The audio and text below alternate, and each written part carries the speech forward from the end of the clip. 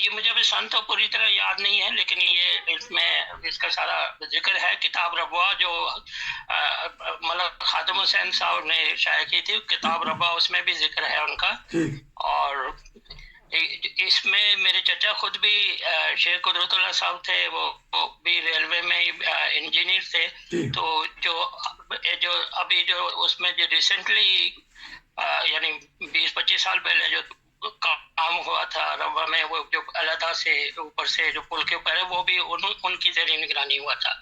تو میرے دادا جان جہاں بھی سندھ میں رہتے تھے یا ان سارے علاقوں میں پورے انڈیا اور پاکستان میں پھرتے رہے ہیں، ریلوے کی وجہ کے ملازم تھے. اور اس کی تبلیغ کا بہت شوق تھا، اور وہ ان کے نام سے جماعت ہوا کرتی تھی کہ ریلوے برج ریلوے جماعت کہلاتی تھی. اچھا، برج. ہاں جی. تو یہ بتائیے، جہاں جاتے تھے وہ جہاں جاتے تھے وہ وہاں مطلب ہے کہ پوری جماعتی ساتھی ہوتی تھی ان کے. اچھا، تو یہ بتائیے گا کہ آپ نے کہا کہ تحریک شدی میں وہ مخالفین کے رویے سے احمدی ہوئے، یا کیا دیکھ کے انہوں نے پھر بیعت کی؟ اور پہلے وہ مسلمان کس فرقے سے تھے یا کسی اور مذہب سے تعلق رکھتے تھے؟ جی، وہ کسی اپنے جو شیخ حسام الدین کے واقعہ تھا، جن کی حضرت مسیح السلام کی جو صحابی تھے، جنہوں نے اپنے بیٹے کے خلاف گواہی دی تھی. ان کے بیٹے سے حادثاتی طور پر قتل ہو گیا تھا. تو وہ وکلاء نے کہا تھا ان کو، شیخ حسام الدین رضی اللہ تعالیٰ عنہ کو، کہ آپ بیان دے دیں یہ کورٹ میں کہ انکار کر دیں، کیونکہ وہ عینی شاید تو وہی تھے. تو انہوں نے سچا واقعہ بیان کیا، اور انہوں نے کہا کہ مجھے اس بات کی پرواہ نہیں ہے کہ میرے بیٹے کو نقصان پہنچتا ہے، میں نے تو سچی گواہی دینی ہے. تو یہ واقعہ میرے دادا جان کے علم میں آیا تھا کسی وجہ سے کہ وہ بھی کسی پیر کے مرید تھے. کسی کی بیعت کرنا چاہتے تھے، بڑا لمبا سفر کر کے گئے تھے، اور وہاں سے بھی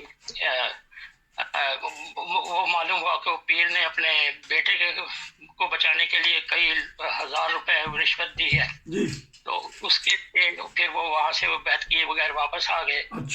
اور بعد میں یہ ہوا کہ جب انہوں نے کسی احمدی سے بات کی کہ میں اتنے لمبا سفر کر کے گیا ہوں اور میں نے جا کے مجھے یہ تکلیف پہنچی ہے کہ پیر صاحب کو میں سمجھتا تھا بہت اچھے آدمی ہے، تو انہوں نے رشوت دی ہے. اس وجہ سے انہوں نے وہاں پہ پھر مایوس ہو کے کسی سے ذکر کیا. تو انہوں نے کہا کہ میں آپ کو وہ ایک ایسا شخص بتاتا ہوں جنہوں نے جس نے اپنے بیٹے کے خلاف گواہی دی تھی. انہوں نے شیخ حسام الدین کا جو واقعہ سنا اور ان سے متاثر ہو کے پھر جب شدی کی تحریک چلی ہے اور اس جماعت نے وہ کیا ہے، تو اس وقت میرے دادا جان نے پھر اس وقت بیعت کر لی تھی. میں ناظرین کو بتاتا چلوں کہ دیکھیں ناظرین، ایک پیر کے مرید ہیں، اپنے بیٹے کے خلاف گواہی دیتے ہیں، اور ایک ایسے پیر بھی ہیں جو اپنے بیٹے کو بچانے کے لیے رشوت دیتے ہیں.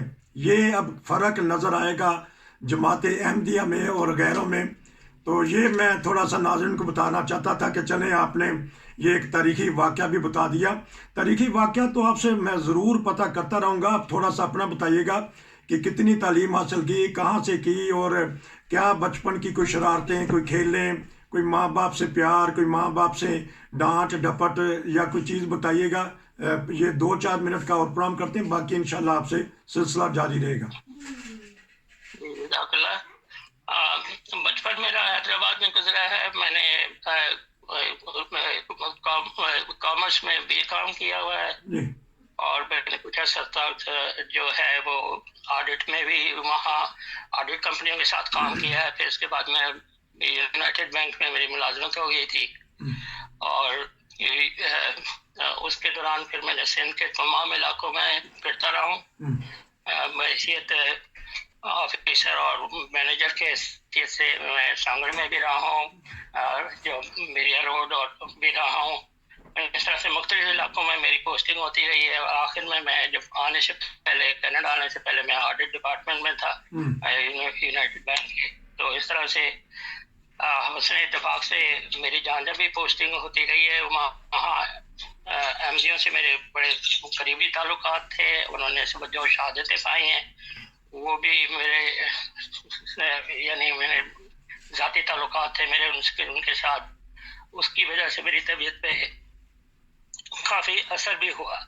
کیونکہ ہر شہید کا ہم انشاءاللہ ذکر خیر کریں گے، آپ کے زبان مبارک سے سنیں گے کہ ان شہداء کو آپ نے کیسا پایا، کیسا ان کے ساتھ دوستانہ تعلق تھا، کیونکہ وہ لمبے لمبے واقعات ہیں، وہ تاریخ جماعت کا ایک حصہ بن گئے ہیں. تو یہ بتائیے گا کہ ماشاءاللہ پھر بچے کہاں ہیں اور کتنی اولاد ہے، ان کا بھی ذکر کر چلتے ہیں. جی بچے میرے ماشاءاللہ 3 بیٹیاں ہیں اور 2 میرے بیٹے ہیں. ایک بیٹا میرا یہاں پیدا ہوا تھا، اس نے جو چھوٹا ہے وہ یہاں پیدا ہوا تھا. سب سے بڑی میری بیٹی ہے وہ جرمنی میں ہے، کوبلنس میں. اچھا. اور وہ ان کے میاں ظفر محمود ہیں، وہ بھی ریجنل امیر ہیں. اور ان کی جو میری بیٹی ہے وہ بھی وہاں کی. آپ نے دیکھا ہوگا کہ حضور نے ایک خطاب کیا تھا ایک دفعہ ملٹری میں جا کے، ملٹری میں. اس میں میرے داماد تھے وہ ظفر محمود، وہ میرے کزن بھی ہیں اور میرے داماد بھی ہیں. اچھا. اور تو میری بیٹی جو ہے وہ کوبلنس میں ہے، وہ اس وقت مقامی طور پر لجنہ کی صدر ہیں. اس سے پہلے ریجنل صدر بھی رہی ہیں. ماشاءاللہ کہ وہ خدمت دین خوب کر رہے ہیں. تو آپ پروگرام کے آخری حصے میں یہ بھی بتا دیجیے گا کہ بچپن شرارتوں میں بھی گزرتا ہے، کوئی ایسی شرارت یا کوئی ایسی ماں باپ سے، والدین سے ڈانٹ ڈپٹ جو ابھی تک محسوس ہوتا ہے کہ اس سے آپ لطف اندوز بھی ہوتے ہیں؟ کیونکہ یہاں کے بچوں کو پتہ نہیں کہ ہمارا وہاں کا کس طرح کا ماحول ہوتا تھا پاکستان کا. یہاں کے بچے تو اور طرح پرورش پائی ہے انہوں نے. کوئی ایسا واقعہ یاد ہے آپ کو؟ شرارتیں تو انسان کرتا ہے اور نافرمانی بھی ہوتی ہیں، لیکن اب جو والدین کے ساتھ جو پیار کا تعلق ہوتا ہے وہ تو ہر طرف سے حاوی رہتا ہے. جی. تو بعض شرارتیں ہی تو بہت سی ذہن میں ہے، لیکن یہ ہے کہ میں یہ سمجھتا ہوں کہ انہوں نے جو ہمیں پیار اور محبت دی ہے، اور اتفاق کی ایسی سچویشن تھی کہ میرے والدین نے بڑی غربت کا وقت گزارا ہے. جی جی. اور اس کے لیے انہوں نے ہمارے لیے جو قربانیاں دی ہیں وہ اس کا میں تو اس کا جتنا بھی شکر ادا کروں کم ہے. تو چھوٹے چھوٹے کئی واقعات ہیں ذہن میں آتے ہیں. تو لیکن جو ان کی جو قربانیاں ہیں، جو محنتیں ہیں، وہ جو ہے وہ ہم اس کے پھل ہم کھا رہے ہیں ان کی دعاؤں کے. ماشاءاللہ. تو اسی طور پر کرتا ہوں، کیونکہ کسی خاص واقعہ کا تو میرے ذہن میں ابھی فوری طور پر نہیں آ رہا. تو جیسے ہی ہوا تو میں بتا دوں گا. اگلے پروگرام میں ہم پتہ کریں گے کہ ماشاءاللہ آپ کے جو والدین ہیں ان کی اولاد پوری دنیا میں پھیل گئی ہے، خوش و خرم زندگی خدمت دین کرتے ہوئے گزار رہی ہے. تو ماشاءاللہ آپ 77 سال کے ہو گئے ہیں. جی جی الحمدللہ. ہاں جی. تو ماشاءاللہ آپ نے 4 خلفائے احمدیت کا زمانہ بھی پایا، یہ بڑی خوش نصیبی ہے. تو کیا محسوس کرتے ہیں کہ دیکھیں کہ خلافت کا مقام کیا ہے؟ تو ماشاءاللہ حضور بھی بار بار کینیڈا آئے ہیں، موجودہ ہمارے پیارے امام خلیفۃ المسیح الرابع رحم اللہ کو بھی آپ نے قریب سے دیکھا ہے، خلیفہ ثالث کو بھی، خلیفہ ثانی کو بھی. تو کیا محسوس کرتے ہیں کہ خلافت کا کتنا بڑا انعام ہے؟ یہ لوگوں کو بتائیے گا. جی خلافت کا تو ماں باپ کے اردو روحانی والدین ہوتے ہیں. جی. اور ان کا مقام جو ہے وہ تو میں سمجھتا ہوں کہ دنیا میں جتنے بھی ہستی ہیں ان سے سب سے بڑھ کر خلافت کا مقام ہوتا ہے. جی. اور خلیفہ رابع کے ساتھ تو خاص طور پر میرے ساتھ انہوں نے بڑا پیار کا تعلق رکھا ہوا تھا. جی. اور کچھ ایسی باتیں مجھے آ گئی تھیں ہجرت سے پہلے خلیفہ رابع کی کہ جو میں نے ان کو لکھی تو انہوں نے بہت خوش ہوئے. اور وہ بڑے تفصیل سے مجھے پیار بھرا خط لکھا تھا. تو جو جس قدر سے محبت جو انہوں نے دی ہے خلفاء نے، تو اس کا تو ہم کوئی شمار ہی نہیں کر سکتے. یہ تو ایک اس کی وجہ تو اس کے بغیر تو کوئی وجود نہیں ہے ٹھیک کسی شخص کا بھی. میں تو کہتا ہوں کہ محبت کے ساتھ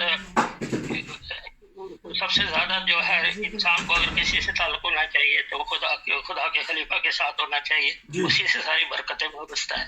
اسی میں ساری برکات ہیں. ناظرین، یہ تھے ہمارے شیخ صاحب کینیڈا سے پہلا پروگرام دے رہے تھے. انشاءاللہ ان سے رابطہ رہے گا اور مزید ان سے واقعات پتہ کریں گے. نصیر کو اجازت دیجیے. السلام علیکم. آپ کا بہت شکریہ.